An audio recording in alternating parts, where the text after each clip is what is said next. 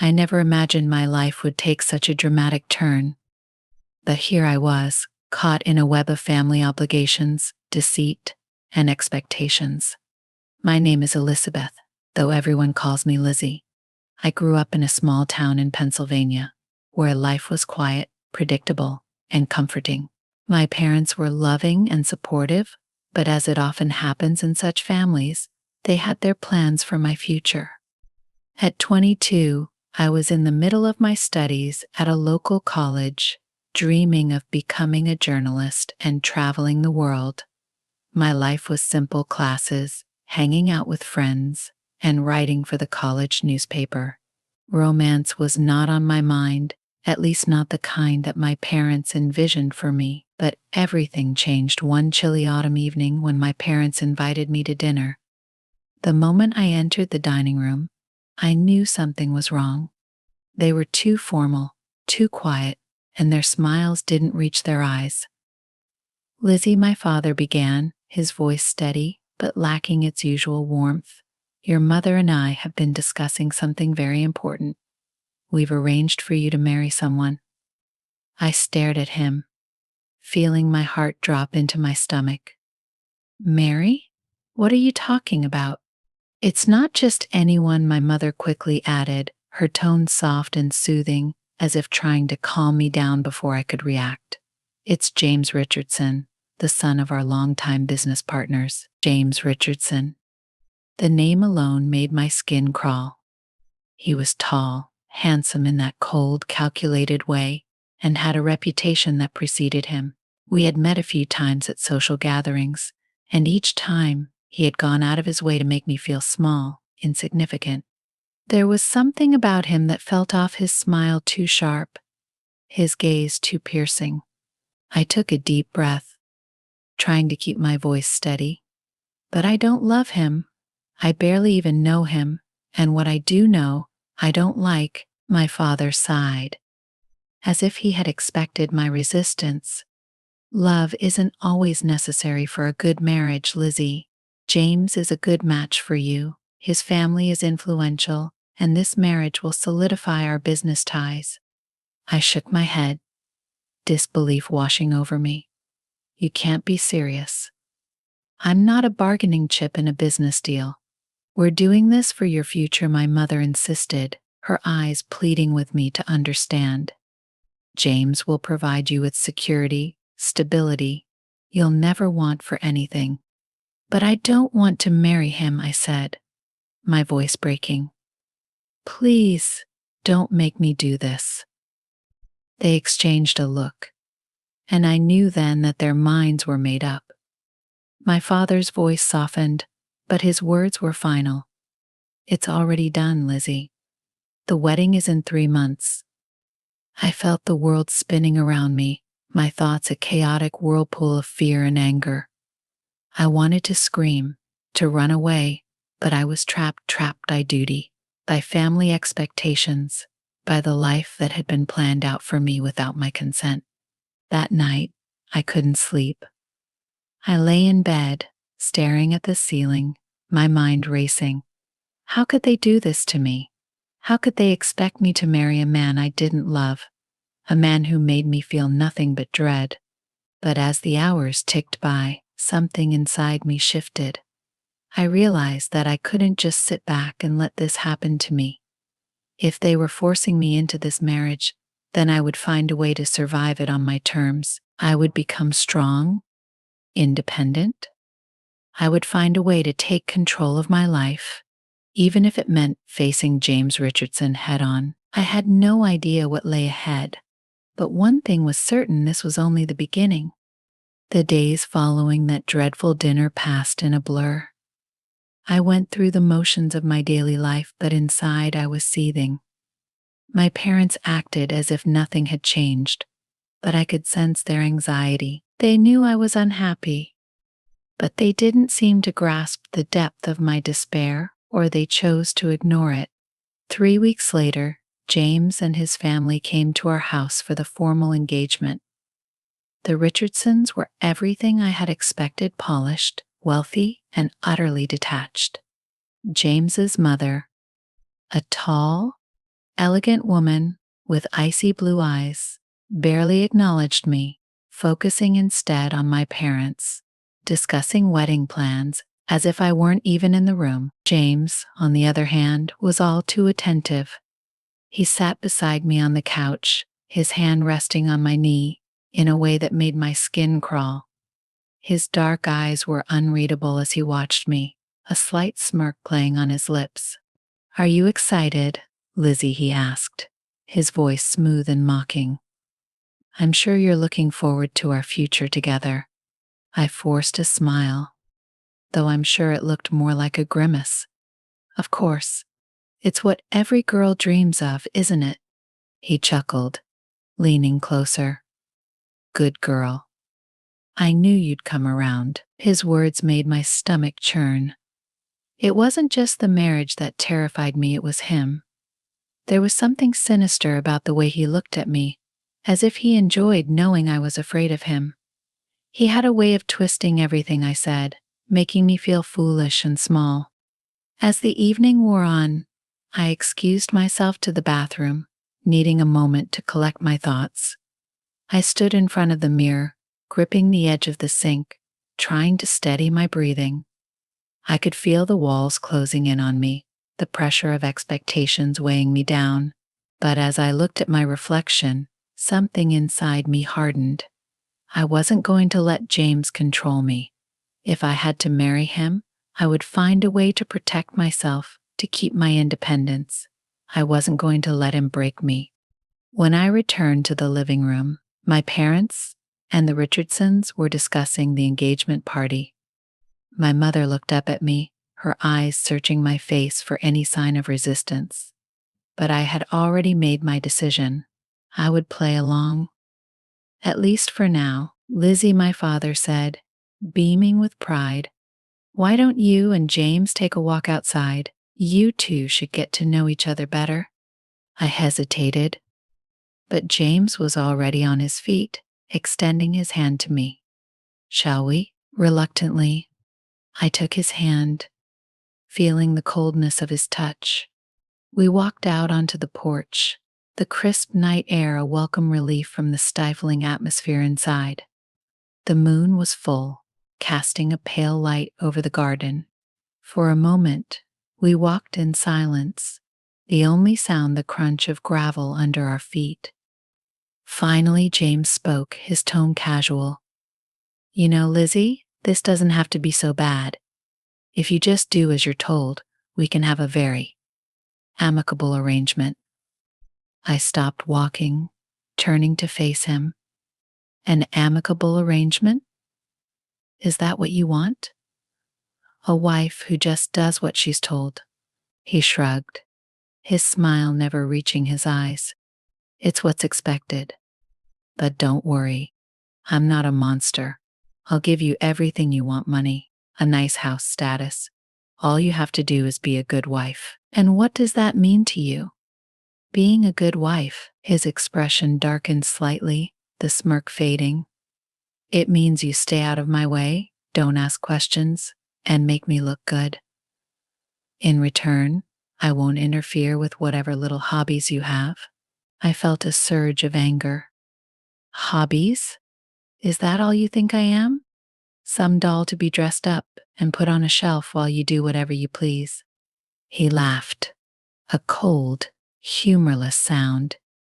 "You're overthinking this, Lizzy. This is how marriages work in our world. You'll learn to live with it." His words cut deep, but they also fueled the fire inside me. "You may think you can control me, James, but I'm not as easy to break as you think."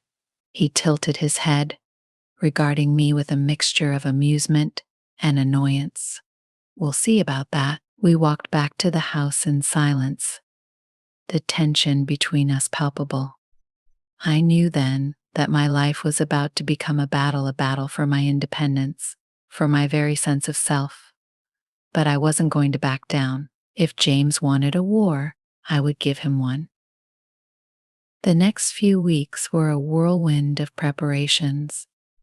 My mother threw herself into planning the wedding, choosing everything from the flowers to the cake with a level of enthusiasm that made my head spin. I felt like I was being swept along in a current I couldn't escape, every decision made for me, every detail locked in place without my consent. As the day drew closer, I could feel the dread building inside me like a storm. James and I had only seen each other a handful of times since the engagement, each meeting more strained than the last.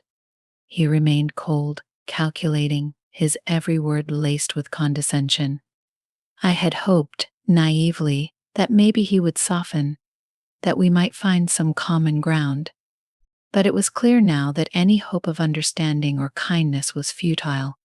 He saw me as nothing more than an accessory to his life, a means to an end. The morning of the wedding, I woke up with a knot in my stomach. My friends arrived early to help me get ready, their excitement a stark contrast to the turmoil I felt inside. I forced myself to smile, to laugh along with them, but it was all an act. Inside, I was screaming as they helped me into my wedding dress, a stunning ivory gown that felt more like a costume than anything else. I caught a glimpse of myself in the mirror. The girl staring back at me looked like a stranger. Her face was pale, her eyes wide with fear, but beneath the surface, there was a flicker of determination. I had made a promise to myself, and I wasn't going to break it. No matter what happened today, I wouldn't let this marriage define me. The ceremony itself was a blur. The church was packed with family, friends, and business associates, all there to witness the union of two powerful families. My father walked me down the aisle, his grip on my arm firm but reassuring. As we approached the altar, I could see James waiting for me, his expression unreadable. When I reached him, he took my hand, his touch as cold as ever. The priest began to speak, but I barely heard the words. All I could think about was the life that awaited me, the promises I was being forced to make. "Do you, Elizabeth, take James to be your lawfully wedded husband?" the priest asked, his voice echoing in the silence. For a moment, I hesitated. The weight of the question hung heavy in the air. But then I looked at James, saw the challenge in his eyes, and something inside me snapped. I wouldn't give him the satisfaction of seeing me falter. "I do," I said, my voice steady, though it felt like a lie. James's grip tightened on my hand, and I knew he had won this round. But as the priest pronounced us husband and wife, I made a silent vow to myself this was only the beginning. The battle was far from over. The reception was held at a grand estate on the outskirts of town, the kind of place that looked like it had been ripped from the pages of a magazine. The entire event was a spectacle, with endless courses of food, a live orchestra, and more guests than I could count. I felt like a puppet, being paraded around for the amusement of others, forced to smile and greet people I barely knew. James was by my side the entire evening, playing the role of the perfect husband. He was charming, attentive, and every bit the doting groom. But I could see through the facade. Every smile was calculated, every gesture meant to impress. He was putting on a show, and I was his reluctant co-star. At one point during the evening, I managed to slip away, needing a moment to myself. I found a quiet corner of the garden, away from the noise and the people. I took a deep breath, savoring the cool night air, trying to steady my racing heart. I heard footsteps behind me and turned to see James approaching, a glass of champagne in hand. He offered it to me, his expression unreadable. "You look like you could use this." I accepted the glass, though I had no intention of drinking it. "Thank you." He studied me for a moment, then said, "You did well today. I know this isn't what you wanted, but you handled it with grace." I looked at him, searching for any sign of sincerity, but his face was as closed off as ever. "I didn't have much of a choice, did I?" "No," he admitted, his tone almost indifferent. But you made the best of it. There was a long pause, the air between us thick with unspoken tension. Finally, I broke the silence. What happens now, James? What kind of life are we going to have? He took a sip of his champagne, his gaze never leaving mine. We'll do what's expected of us. We'll play our parts, keep up appearances. As long as you remember your place, everything will be fine. And if I don't, I asked, my voice barely above a whisper. His smile was slow, deliberate, and it sent a chill down my spine. Then I'll have to remind you. He turned and walked away, leaving me alone in the darkness.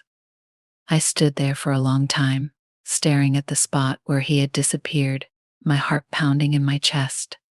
I knew then that this marriage was going to be a test, a constant battle for control, but I wasn't going to let him win. No matter what it took, I would find a way to survive this, and one day I would find a way to be free. As the weeks turned into months, I settled into my new life as Mrs. James Richardson. The days were a blur of social events, dinners, and endless small talk with people who cared more about appearances than anything else. My life had become a carefully orchestrated performance, every move calculated, every word measured.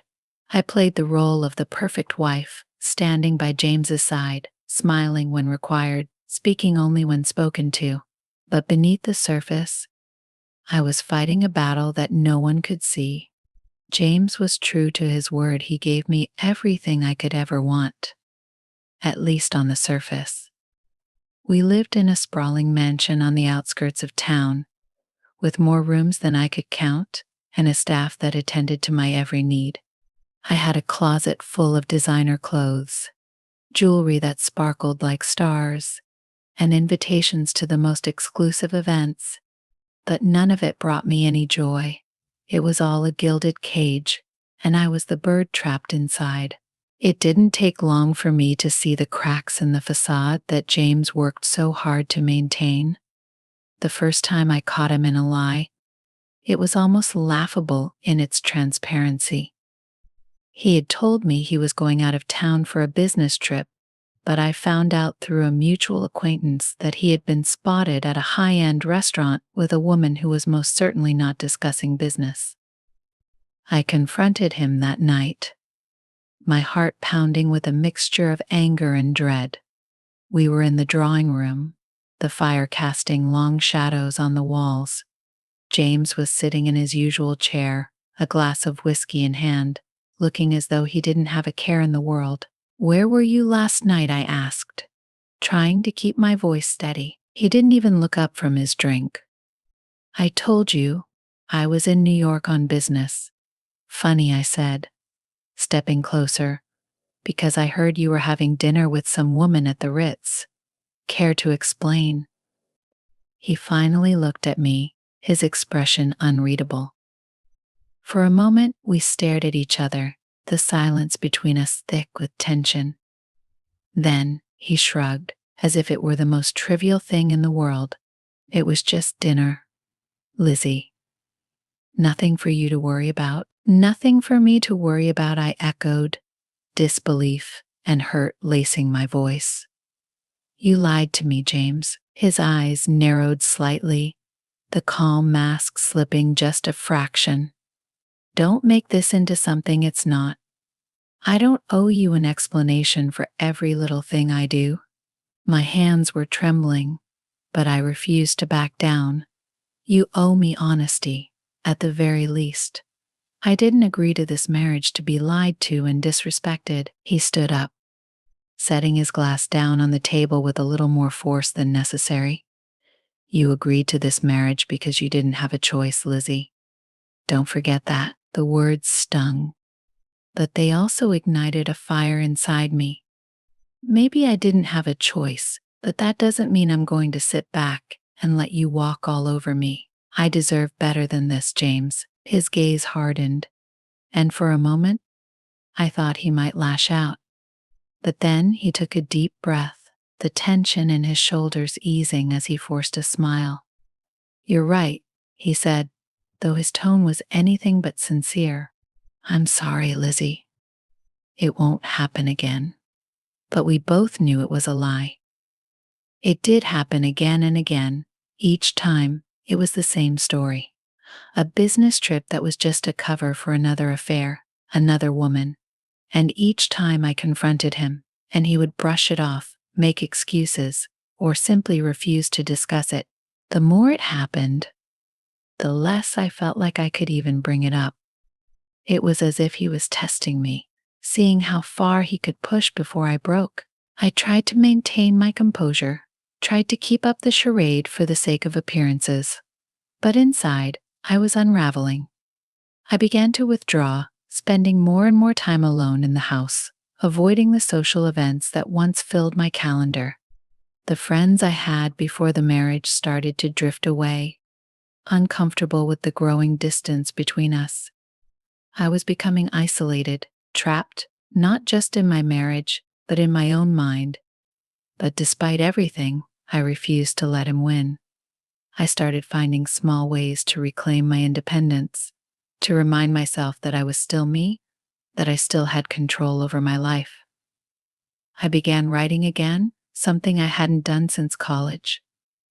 Late at night, when the house was quiet and James was out, I would sit at my desk and pour my heart onto the page.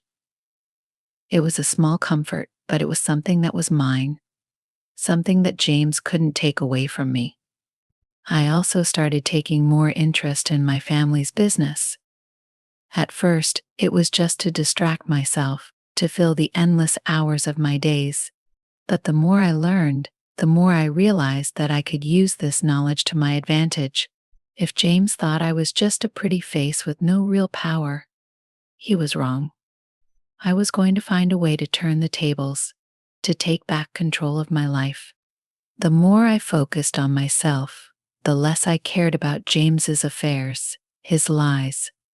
I saw him for what he was, a man who was so obsessed with power and control that he didn't realize he was losing it. I knew it was only a matter of time before something gave, before the carefully constructed facade of our marriage came crashing down. And when it did, I would be ready. The turning point came sooner than I expected, and it was far more dramatic than I could have imagined. It happened on a cold, stormy night in late November, the kind of night where the wind howled through the trees and the rain lashed against the windows. I was in the study, going over some paperwork for my family's business, when the phone rang. The sound startled me, cutting through the silence of the house like a knife. I answered, expecting a call from my parents or perhaps one of the few friends I still kept in touch with. But the voice on the other end was neither. It was a woman, her tone panicked, trembling. "Is this Mrs. Richardson?" she asked, her voice cracking. "Yes, this is she," I replied, my heart beginning to race. "Who is this?" There was a pause, and then she said, "My name is Sarah. I don't know how to say this, but I need to speak with you about James." My blood ran cold. "What about James?" "He's been seeing my sister Sarah," confessed, her words tumbling out in a rush. "For months now. I didn't want to get involved, but she's been heartbroken, and tonight he ended things with her in the worst possible way. I thought you should know." I felt a mix of emotions: anger, sadness, betrayal. But there was also something else, a sense of inevitability, as if I had been waiting for this moment all along. "Where are you?" I asked, my voice calm, despite the storm raging inside me. Sarah hesitated. "We're at the Beacon Hotel, room 214. "I'll be there in 20 minutes, I said, hanging up before she could respond. I didn't waste any time. I grabbed my coat and keys, my mind racing as I drove through the rain-soaked streets. Part of me knew that confronting James like this was dangerous, that it could lead to a confrontation I wasn't ready for. But another part of me, the part that had been pushed to the brink by months of lies and manipulation, was ready for whatever came next. When I arrived at the Beacon Hotel, I found the room easily. My heart pounded as I stood outside the door, my hand poised to knock. But before I could, the door swung open, and there he was, James, his expression shifting from surprise to anger the moment he saw me. "Lizzy," he said, his voice low, dangerous. "What the hell are you doing here?" I pushed past him into the room, ignoring the sharp tone in his voice. The room was dimly lit, the scent of expensive perfume lingering in the air. There was no sign of the woman, but I didn't need to see her to know that she had been there. The rumpled sheets, the discarded wine glasses, it was all painfully obvious. "I'm done, James," I said, turning to face him. My voice was steady, despite the storm of emotions swirling inside me. "I'm done playing this game, done pretending that this marriage is anything other than a sham." His eyes narrowed, the anger in them flaring. "What are you talking about? You don't get to just walk away." "Oh, but I do," I replied, feeling a surge of strength as I spoke. "You think you've had all the power in this relationship, but you're wrong. I've been preparing for this moment, James. I know about your affairs, your lies, everything. And now I'm taking control." He took a step toward me, his hand clenching into a fist.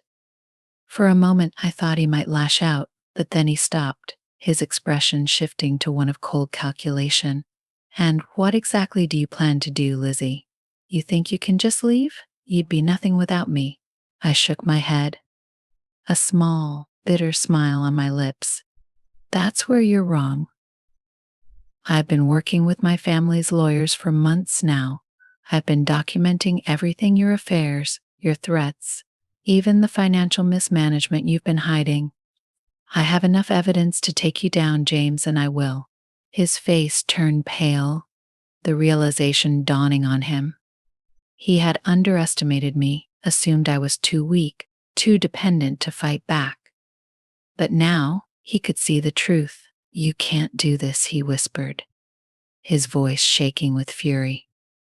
"You're my wife." "Not for much longer," I said, my voice resolute. "The divorce papers are already being drawn up. You'll be served by the end of the week. And don't think you can intimidate me into backing down. I'm prepared to go public with everything if you try." He stared at me, his jaw clenched, but there was nothing more he could say. I had won. The power he had held over me was gone, shattered by his own arrogance. I turned and walked out of the room, feeling a sense of liberation wash over me. The rain was still pouring down as I stepped outside, but it no longer felt like a storm. It felt like a cleansing, washing away the last remnants of the life I was leaving behind.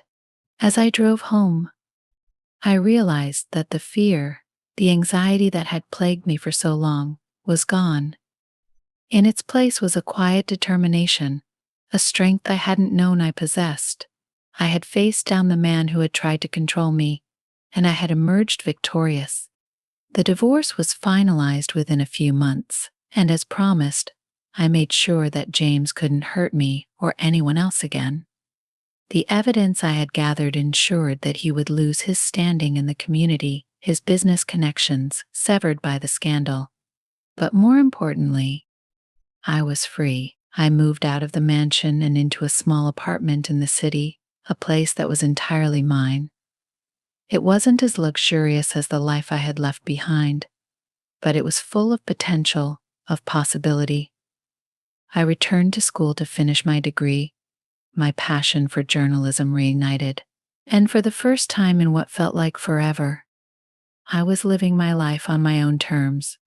Looking back, I realized that the girl I had been when this all started, the scared, naive girl who had been pushed into a marriage she didn't want, was gone. In her place was a woman who had fought for her freedom, who had faced down her fears and emerged stronger than ever. I wasn't just Mrs. Richardson anymore. I was Lizzy, strong, independent, and finally free.